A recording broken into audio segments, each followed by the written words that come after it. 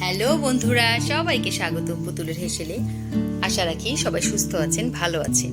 তো আজকের আয়োজন হেসেলে আমার গরমের উপযোগী, একদম খুব কম মশলায় বুট ডালের রেসিপি। তো ছোলার ডাল, বুটের ডাল, যে যেভাবে ডাকি আমরা।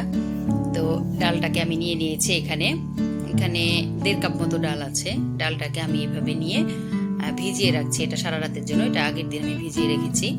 তো পরের দিন ডালটাকে আমি সিদ্ধ হতে দিচ্ছি। এটাকে আমি আলাদা কড়াইতে সিদ্ধ করে নিব। তো দেখুন, আর কোনো কিছু অ্যাড করিনি ডালের মধ্যে। ডালটাকে আমি সিদ্ধ বসিয়ে দিলাম। তো এখন দেখা যাচ্ছে লাউ। তো যে গরমে লাউ খাওয়া খুবই আমাদের জন্য ভালো। তো পেট ঠান্ডা রাখতে সাধারণত এই রেসিপিটি খুবই উপযোগী। আর লাউ তো খুবই ভালো সবজি, তো পেট ঠান্ডা রাখার জন্য খুবই উপযোগী আমরা জানি। তো এই রান্নাটাতে কম মশলা লাগবে খুব। তো আমি লাউটাকে সিদ্ধ করে নিয়েছি, নিয়ে আমার ডালও সিদ্ধ হয়ে গেছে, লাউও যে সিদ্ধ হয়ে গেছে, এখন আমি সেটা কড়াইতে দিয়ে দিয়েছি। লাউয়ের সাথে কাঁচামরিচ সিদ্ধ করে নিয়েছি। নিয়ে এখন আমি চুলাতে আমি লাউ আর ডাল একসাথে মিক্স করে, হলুদ মিক্স করে এভাবে জাল করে নিয়েছি। দেখুন, ডালটা খুব সুন্দর সিদ্ধ হয়েছে, কিন্তু ভেঙে যায়নি, আস্তে আস্তে আছে। তো এখন আমি ডালে ফোড়ন দিব। এই জন্য আমি সাদা তেল গরম করে নিয়েছি, সয়াবিন তেল। এর মধ্যে আমি দিব একে একে দিব তেজপাতা। প্রথমে আমি 2টো তেজপাতা এই তেলের মধ্যে দিয়ে দিচ্ছি। তারপরে আমি এর মধ্যে দিয়ে দিব শুকনো মরিচ দিব। আপনারা যে যেরকম পছন্দ করবেন সেরকম দিতে পারেন, 1-2টো যেরকম পছন্দ অনুযায়ী দিবেন। আর এখানে দিয়ে দিচ্ছি আমি 1 চা চামচ আস্ত জিরা।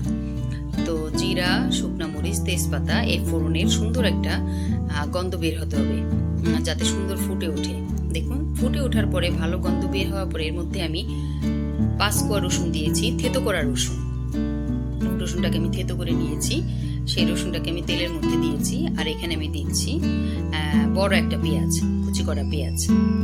ওই পেঁয়াজ রসুনটাকে আমি ফোড়নের সঙ্গে খুব সুন্দর করে ভাজবো, লাল লাল করে সুন্দর করে ভাজবো।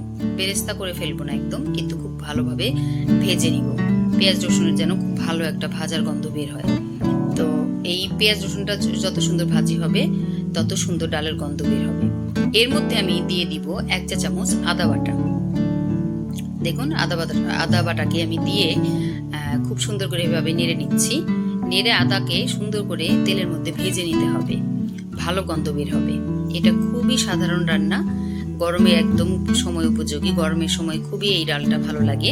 আপনারা রুটির সাথে, পরোটার সাথে, ভাতের সাথে, দুপুরে ভাতের সাথে খেতে পারবেন, খুবই ভালো লাগে। যদি ভালো লাগে আমার এই ডালের রেসিপিটি, তাহলে ছোট করে একটা লাইক দিবেন। দেখুন, এখন আমি ডালটাকে, আমি সিদ্ধ করা লাউ আর ডালটাকে আমি ফোড়ন দিয়ে দিয়েছি। ফোড়ন দিয়ে এখন আমি 3 মিনিটের মতো জাল দিয়ে তারপর চুলাটা বন্ধ করে আপনাদেরকে দেখাচ্ছি। এটা খুবই ভালো লাগে খেতে, আপনারা করে দেখবেন, এবং খুব তাড়াতাড়ি হয়ে যায়। ডালটা ফোটানো থাকলে খুব বেশি সময় লাগে না। দেখুন, একদম রেডি। খুব সুন্দর তেল উঠে গেছে, খুব বেশি তেলও ব্যবহার করা হয়নি, ঘন হয়ে গিয়েছে। ডালগুলো কি সুন্দর দেখুন সিদ্ধ হয়ে গিয়েছে, আস্তে আস্তেও আছে। তো করে দেখবেন, সবাই ভালো লাগবে। তো সবাই সুস্থ থাকবেন, ভালো থাকবেন। নিয়ে আসবো নতুন কোনো রেসিপি।